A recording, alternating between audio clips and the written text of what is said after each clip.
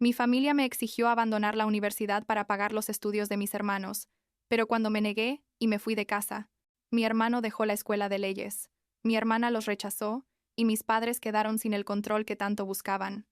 Tengo 21 años, estoy en segundo año de universidad estudiando psicología, y hace como 6 meses mi vida se cayó a pedazos de la manera más absurda posible. Bueno, cuando digo que se cayó a pedazos, en realidad debería decir que finalmente pude ver con claridad lo que había estado pasando toda mi vida. ¿Me explico?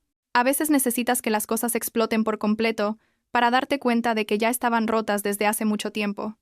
Supongo que debería empezar por el principio, para que tenga sentido todo esto. Soy la mayor de 3 hermanos.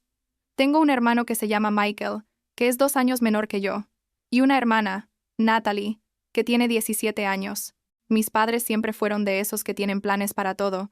Ya sabes, mi papá es abogado y mi mamá trabajaba en marketing antes de quedarse en casa, cuando nació Michael.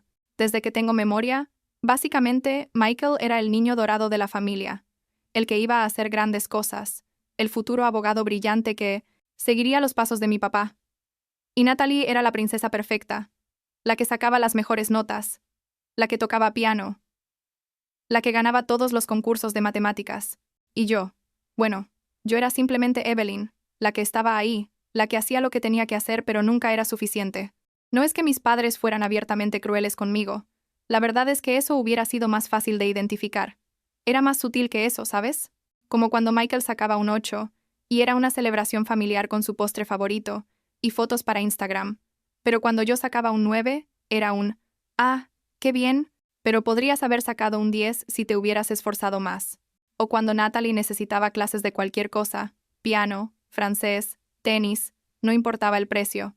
Pero cuando yo pedí ayuda para un campamento de ciencias en la prepa, mi mamá me dijo que ya estaba muy grande para esas cosas, y que mejor buscara un trabajo de verano. Cosas así, pequeñas pero constantes, que con el tiempo te van haciendo sentir como si fueras invisible, o como si tu valor dependiera únicamente de qué tan útil podías ser para los demás. Cuando llegó el momento de aplicar para la universidad, mis papás fueron bien claros conmigo. Me dijeron, mira, Evelyn, vamos a ayudarte con lo básico, pero no esperes lo mismo que Michael va a tener, porque él va a ir a la escuela de leyes, y eso es una inversión en su futuro. Tú estudia algo práctico y consigue becas. Así que eso hice, literalmente me maté estudiando para conseguir una beca parcial y trabajé medio tiempo durante toda la preparatoria para ahorrar. Entré a la universidad con una mezcla de beca, préstamos estudiantiles y mis ahorros, más algo que mis papás aportaban mensualmente, como $400, que básicamente cubría parte de mi comida y gastos personales. No era mucho, pero era algo, supongo. Michael entró a la escuela de leyes hace como año y medio, y desde ese momento todo en casa giró alrededor de él. Las conversaciones en la mesa siempre eran sobre sus casos de estudio, sus profesores, sus planes futuros. Natalie estaba en su último año de prepa y ya estaba aplicando para universidades, obviamente las mejores y más caras, porque ella era especial y merecía lo mejor. Y yo estaba en mi segundo año, apenas sobreviviendo entre clases, trabajos de medio tiempo, y tratando de pagar mis propias cosas, porque había aprendido hace mucho que pedirles ayuda a mis papás solo resultaba en comentarios pasivo-agresivos sobre cómo estaba desperdiciando mi potencial o cómo debería ser más responsable. Entonces llegó el día que cambió todo. Era un domingo por la tarde. Yo había ido a casa porque mi mamá me había mandado como 1000 mensajes diciendo que necesitábamos tener una reunión familiar importante. Pensé que tal vez alguien estaba enfermo o que iban a vender la casa o algo así, no sé, pero definitivamente no esperaba lo que pasó. Llegué y mi papá estaba en la contrasiento. Sala con esa cara seria que pone cuando está a punto de dar una noticia importante. Mi mamá estaba sentada en el sillón con las manos cruzadas, y Michael y Natalie ya estaban ahí también.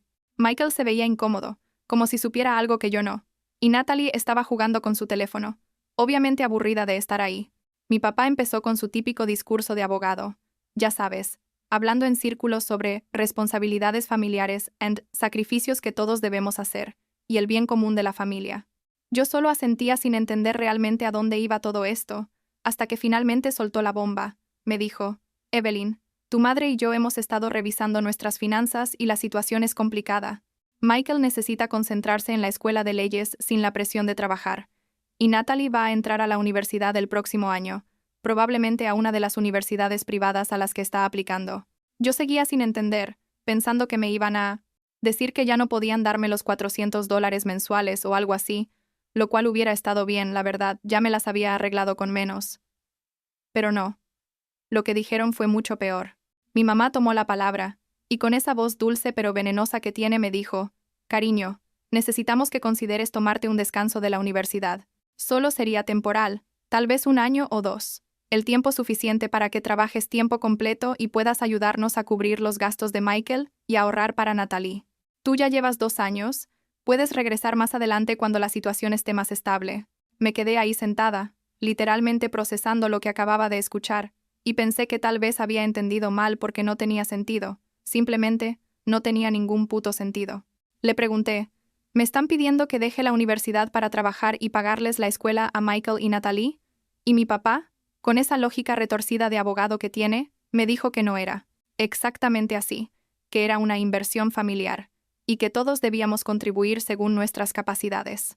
Me explicó que Michael tenía un futuro brillante como abogado y que interrumpir sus estudios sería desperdiciar su potencial, que Natalie era excepcionalmente talentosa y merecía ir a la mejor universidad posible, y que yo ya había experimentado la vida universitaria y podía retomar mis estudios más adelante sin problema, como si la universidad fuera un puto viaje a Disneylandia que puedes hacer cuando quieras, no sé. Me dio tanta rabia que casi no podía ni hablar. Mi mamá agregó que además yo era la mayor, la responsable, la que siempre había sido más independiente, y que esto era simplemente lo que se esperaba de mí como hermana mayor. Me dijo que Michael y Natalie me necesitaban, que la familia me necesitaba, y que si realmente me importaban mis hermanos, no dudaría en hacer este sacrificio. La forma en que lo decía, como si fuera mi obligación, como si yo hubiera nacido únicamente para servir de plan B para ellos, me hizo sentir físicamente enferma.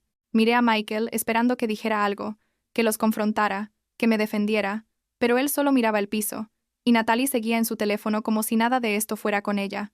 Les dije que no, simple y llanamente no.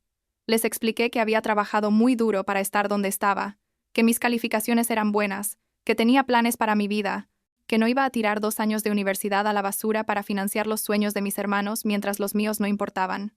Mi papá se puso rojo. Ese tipo de rojo que se pone cuando está enojado pero tratando de mantener la compostura, y me dijo que estaba siendo egoísta e inmadura, que no entendía cómo funcionaba una familia, que ellos habían hecho muchos sacrificios por mí, y que lo mínimo que podía hacer era corresponder ahora que me necesitaban. Mi mamá empezó con sus manipulaciones emocionales, ya sabes, diciendo cosas como, «No puedo creer que prefieras tu carrera sobre el bienestar de tus hermanos. ¿Y qué diría tu abuela si estuviera viva y viera lo egoísta que te has vuelto? Y después de todo lo que hemos hecho por ti, así nos pagas». Cada palabra era como un cuchillo, diseñada específicamente para hacerme sentir culpable, para hacerme dudar de mí misma, para convencerme de que yo era el problema.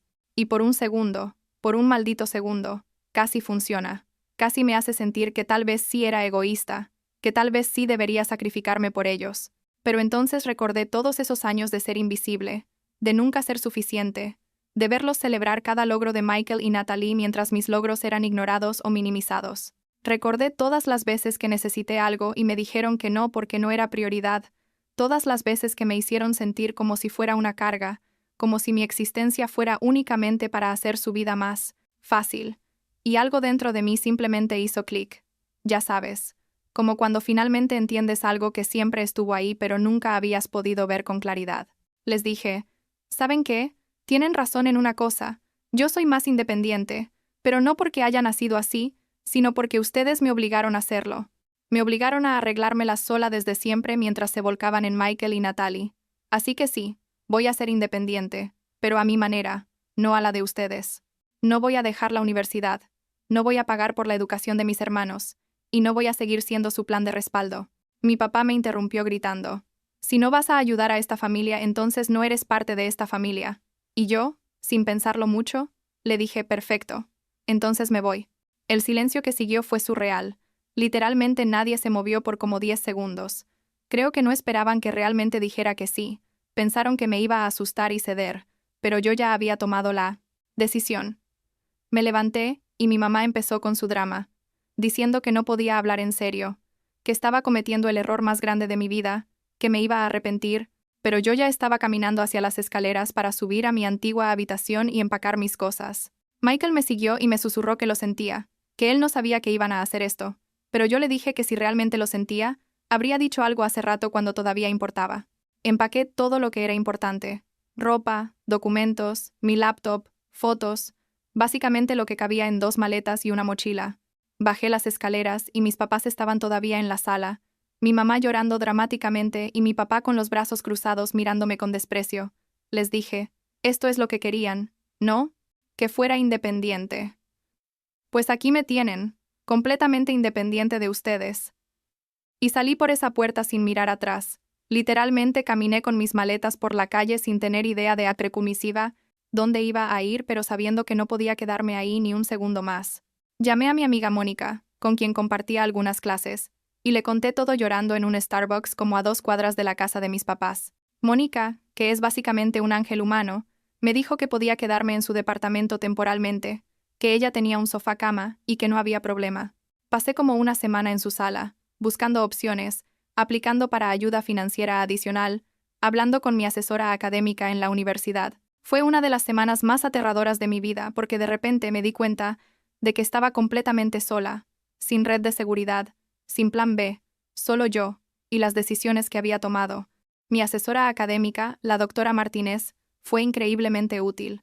Me ayudó a solicitar más ayuda financiera de emergencia y me conectó con el programa de vivienda en el campus. Resulta que había un espacio disponible en los dormitorios porque una estudiante se había transferido, y con la ayuda financiera adicional que conseguí, podía costearlo. No era un palacio, era un cuarto diminuto que compartía con otra chica, pero era mío, y eso era lo que importaba. También aumenté mis horas en mi trabajo de medio tiempo en la biblioteca de la universidad, y conseguí otro trabajo los fines de semana como mesera, en un restaurante cerca del campus. Lo que realmente me sorprendió fue cuando recibí un mensaje de mi tía Rebeca, la hermana de mi mamá. Rebeca siempre había sido la oveja negra de la familia. Ya sabes, se fue de casa a los 18, se volvió artista, nunca se casó ni tuvo hijos. Básicamente hizo todo lo que mi mamá y mis abuelos consideraban irresponsable. Nunca la veía mucho, tal vez en Navidad o algún cumpleaños, pero siempre me había caído bien. Me escribió diciéndome que se había enterado por alguien de lo que había pasado, que mis papás estaban diciendo que yo había tenido un ataque de rebeldía, absurdo, pero que ella conocía a mi mamá lo suficiente como para saber que había más en la historia. Le conté todo, y Rebeca me dijo que había pasado por algo similar cuando era joven, que mi mamá y mis abuelos siempre habían tenido esta cosa de jugar favoritos y manipular a la gente para que cumpliera con sus expectativas. Me ofreció ayuda financiera, no mucho porque ella tampoco nadaba en dinero, pero me dijo que podía enviarme $200 mensuales, y que si necesitaba un lugar donde quedarme durante los descansos de verano o vacaciones, su casa estaba abierta para mí. Lloré cuando leí su mensaje, la verdad, porque era la primera vez en mucho tiempo que sentía que alguien de mi familia realmente me veía y me apoyaba sin condiciones. Me mudé al dormitorio como 2 semanas después de haber salido de la casa de mis papás. Mi compañera de cuarto, Sara, era súper tranquila y estudiaba ingeniería, así que básicamente vivía en la biblioteca o en el laboratorio, lo cual estaba perfecto porque yo también necesitaba espacio para procesar todo lo que estaba pasando. Los primeros días fueron raros, como estar en una burbuja donde nada parecía real, pero poco a poco empecé a sentir algo que no había sentido en mucho tiempo: alivio. Sí, estaba estresada por el dinero y por tener que trabajar tanto, pero al mismo tiempo me sentía libre, ¿me explico? Ya no tenía que lidiar con los comentarios pasivo-agresivos de mi mamá, ni con la indiferencia de mi papá, ni con vivir en la sombra de Michael y Natalie. Como a las 3 semanas de todo esto, Michael me escribió. Fue un mensaje largo donde básicamente se disculpaba por no haberme defendido, por haber sido cómplice de cómo me trataban nuestros papás todos estos años. Me dijo que había estado pensando mucho en todo, y que se daba cuenta de que yo había sido tratada injustamente, que él había sido egoísta al aceptar todo lo que le daban mientras yo me las arreglaba sola. Me pidió perdón, y me dijo que quería tener una relación conmigo fuera del contexto de nuestros papás, que si yo estaba dispuesta a darle una oportunidad, él quería ser un mejor hermano. No voy a mentir, mi primera reacción fue de rabia, tipo, ¿y ahora te das cuenta? ¿Ahora que ya no vivo ahí, y ya tomé mis decisiones? Pero después de pensarlo, decidí darle una oportunidad. Nos vimos en un café cerca de su universidad y hablamos por como 3 horas. Me contó que él tampoco había sido feliz, que toda la presión de ser el hijo perfecto, el futuro abogado brillante, lo estaba matando, que en realidad no quería estudiar leyes, pero había sentido que no tenía opción porque era lo que papá esperaba de él. Me dijo que había visto cómo me trataban a mí y que parte de él siempre supo que estaba mal, pero que era más fácil quedarse callado y disfrutar de los beneficios que defender lo correcto. Lo que realmente me impactó fue cuando me dijo que estaba considerando dejar la escuela de leyes. Me explicó que lo que realmente quería era ser maestro, que le apasionaba trabajar con niños y enseñar, pero que papá había dejado bien claro que eso era desperdiciar su potencial y que no iba a apoyarlo si seguía ese camino. Le dije que entendía perfectamente lo que sentía, pero que al final tenía que decidir si iba a vivir su vida o la vida que nuestros papás querían para él. Fue una conversación honesta y cruda, probablemente la conversación más real que habíamos tenido en nuestra vida. Mientras tanto, mis papás no se quedaron callados. Empezaron a mandarme mensajes intentando manipularme para que regresara. Primero fue mi mamá con su víctima profesional, diciéndome que estaba destrozada, que no podía dormir pensando en cómo su hija mayor la había abandonado, que la familia estaba sufriendo por mi culpa. Luego fue mi papá con su enfoque más racional pero igualmente manipulador, diciendo que estaba cometiendo un error, que arruinar mi relación con la familia por orgullo era estúpido, que siempre iba a arrepentirme de esta decisión. No respondí ninguno de sus mensajes por como 2 semanas, hasta que finalmente decidí que necesitaba decir lo que pensaba una última vez. Les escribí un mensaje largo, básicamente dejando todo claro. Les dije que durante toda mi vida me habían hecho sentir como si no fuera suficiente, como si mi valor dependiera únicamente de qué tan útil podía ser para Michael y Natalie, que nunca habían celebrado mis logros, ni se habían interesado en mis sueños, y que su propuesta de que dejara la universidad para financiar a mis hermanos había sido simplemente la confirmación de lo que siempre había sentido, que yo no importaba para ellos de la misma manera. Les dije que no estaba enojada porque me hubieran pedido ayuda, sino porque esperaban que yo sacrificara mi futuro, sin siquiera considerar que mi vida tenía el mismo valor que la de Michael o Natalie. Y les dejé claro que no iba a regresar, que iba a terminar mi carrera, y que iba a construir mi vida sin su ayuda ni su aprobación. La respuesta de mi papá fue patética, básicamente diciéndome que estaba siendo dramática, y que algún día iba a madurar y entender que la familia es lo más importante. Mi mamá fue más agresiva, diciendo que era una desagradecida, que después de todo lo que habían hecho por mí así les pagaba, y que no esperara nada de ellos nunca más. Perfecto, les dije. Eso es exactamente lo que quiero. Y ahí quedó la cosa por un tiempo. Lo que no esperaba era que mis papás empezaran a contar su versión de la historia a otros familiares, pintándome como la hija rebelde y egoísta que había abandonado a su familia sin razón.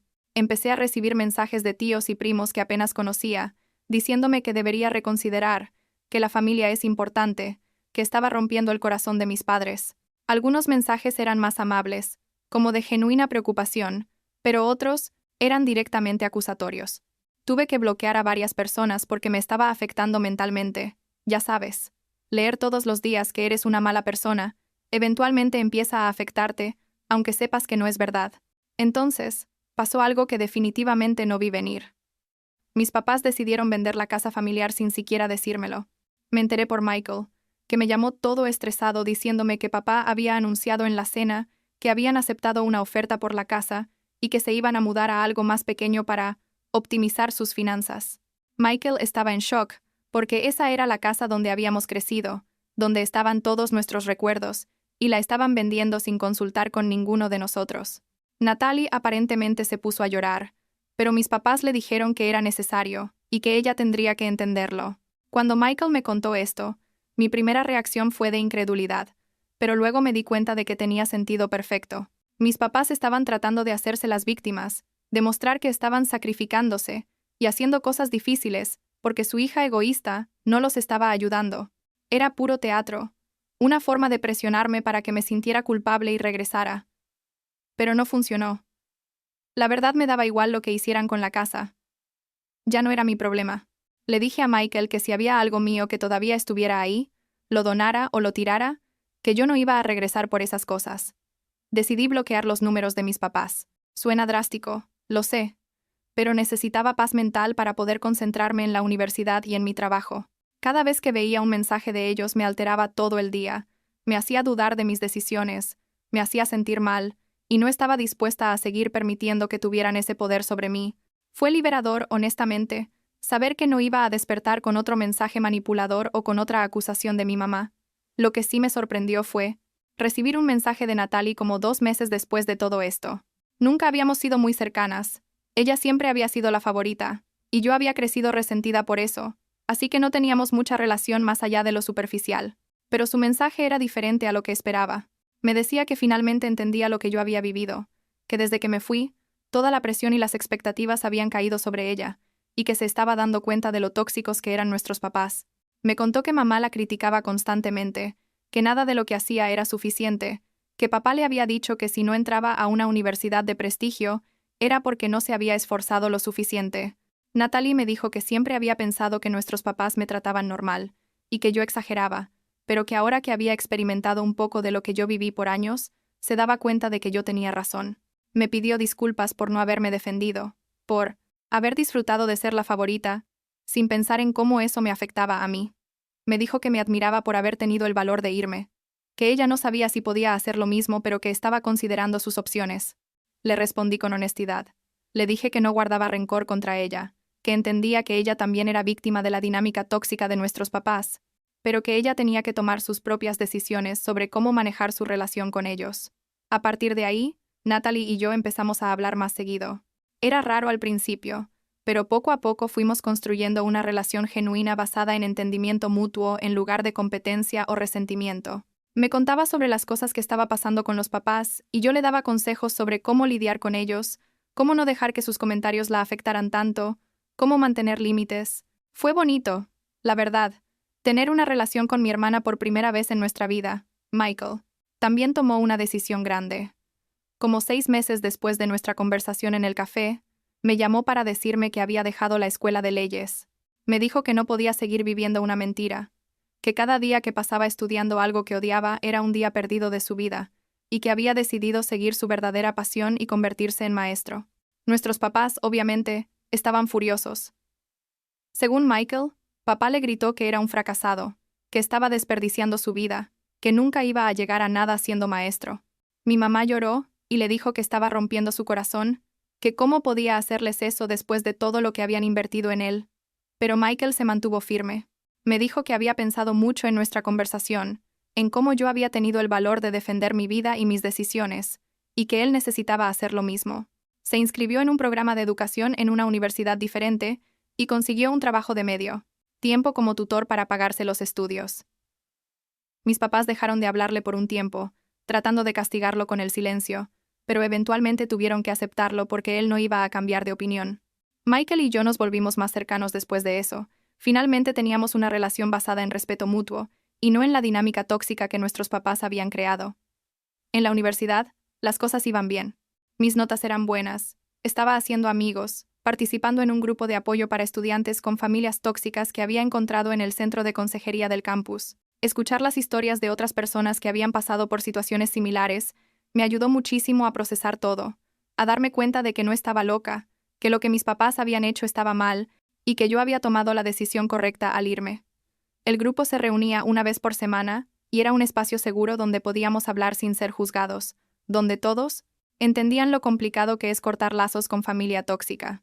Lo interesante fue que en ese grupo empecé a compartir mi historia más abiertamente, y varios estudiantes me dijeron que les había ayudado a escuchar sobre mi experiencia.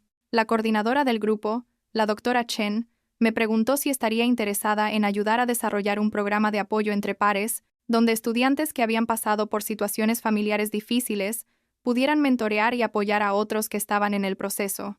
Me ofreció un puesto pagado de medio tiempo para coordinar este programa, lo cual era perfecto porque necesitaba el dinero, y además era algo que realmente me apasionaba. Acepté y empecé a trabajar en el programa.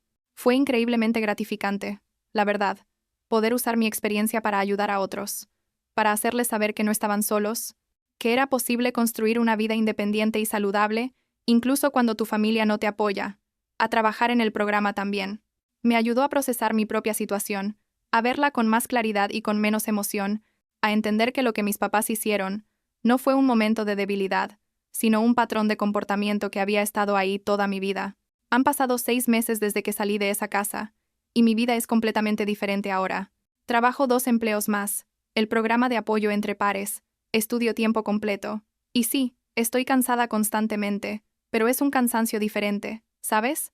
Es el cansancio de trabajar por algo que es mío, por una vida que yo elegí, no el cansancio de tratar de cumplir expectativas imposibles o de vivir en un ambiente tóxico. Tengo mi propio espacio, mis propias reglas, mi propia paz. Mis papás eventualmente dejaron de intentar contactarme. Supongo que se dieron cuenta de que no iba a ceder. De vez en cuando me llega algún chisme familiar a través de Michael o Natalie sobre cómo están o qué están haciendo, pero honestamente ya no me afecta como antes. Es como si fueran extraños, personas que conozco pero con las que ya no tengo conexión emocional. No siento odio hacia ellos, la verdad. Más bien siento lástima, porque se perdieron la oportunidad de tener una relación genuina con su hija por mantener su necesidad de control y sus expectativas absurdas. Natalie está en su primer año de universidad ahora, en una escuela estatal en lugar de las universidades privadas caras que mis papás querían. Me contó que decidió que no valía la pena endeudarse por años solo para cumplir con la imagen que nuestros papás querían proyectar. Está estudiando diseño gráfico, algo que le apasiona pero que papá considera no lo suficientemente serio. Ella y yo hablamos regularmente ahora, y es bonito tener esa relación de hermanas que nunca tuvimos cuando éramos más jóvenes. Michael está en su primer semestre del programa de educación y me dice que es la decisión correcta que ha tomado en su vida, que finalmente se siente auténtico y en control de su futuro. Mi tía Rebeca me visita de vez en cuando, me trae café y platicamos sobre la vida, el arte, la familia, todo. Me contó más sobre su propia historia, sobre cómo ella también tuvo que alejarse de mis abuelos y de mi mamá cuando era joven, porque la hacían sentir inadecuada por no querer el estilo de vida tradicional que ellos esperaban. Me dijo que fue difícil, pero que fue lo mejor que pudo haber hecho por su salud mental y su felicidad. Me siento afortunada de tenerla en mi vida, de tener a alguien que entiende y que me apoya sin condiciones. A veces pienso en cómo habría sido mi vida, si hubiera cedido, si hubiera dejado la universidad y me hubiera puesto a trabajar para pagar la educación de mis hermanos. Probablemente estaría resentida, amargada, sintiéndome atrapada en una vida que no elegí. Tal vez habría vuelto a estudiar años después, o tal vez nunca, quién sabe. Lo que sí sé es que no estaría donde estoy ahora, con claridad sobre quién soy y qué quiero, con relaciones genuinas con Michael y Natalie, con paz mental y la libertad de construir mi vida según mis propios términos. La semana pasada, una chica del programa de apoyo me preguntó si alguna vez me arrepiento de haberme ido, si a veces pienso en volver y tratar de arreglar las cosas con mis papás. Le dije que no me arrepiento ni un segundo, porque lo que ellos querían no era una relación conmigo, querían una versión de mí que cumpliera con su función en su vida, y yo ya no estoy dispuesta a hacer eso para nadie. Le dije que tal vez algún día, si ellos hacen el trabajo de reconocer lo que hicieron mal y realmente quieren cambiar, podríamos intentar tener algún tipo de relación, pero que eso depende completamente de ellos, no de mí. Por ahora estoy bien con mi vida, con las personas que elegí tener en ella, con la dirección en la que voy. Estoy terminando mi segundo año con buenas notas. Tengo trabajo, tengo un techo. Sobre mi cabeza, tengo relaciones saludables, y sobre todo, tengo control sobre mi propia vida. Ya no necesito la aprobación de mis papás para sentir que valgo algo. Ya no necesito que me vean para saber que existo. Y eso, honestamente, es más valioso que cualquier cosa que pudieran haberme dado si me hubiera quedado. Supongo que al final hicieron lo que querían. Me convirtieron en alguien independiente, solo que no de la manera que ellos esperaban.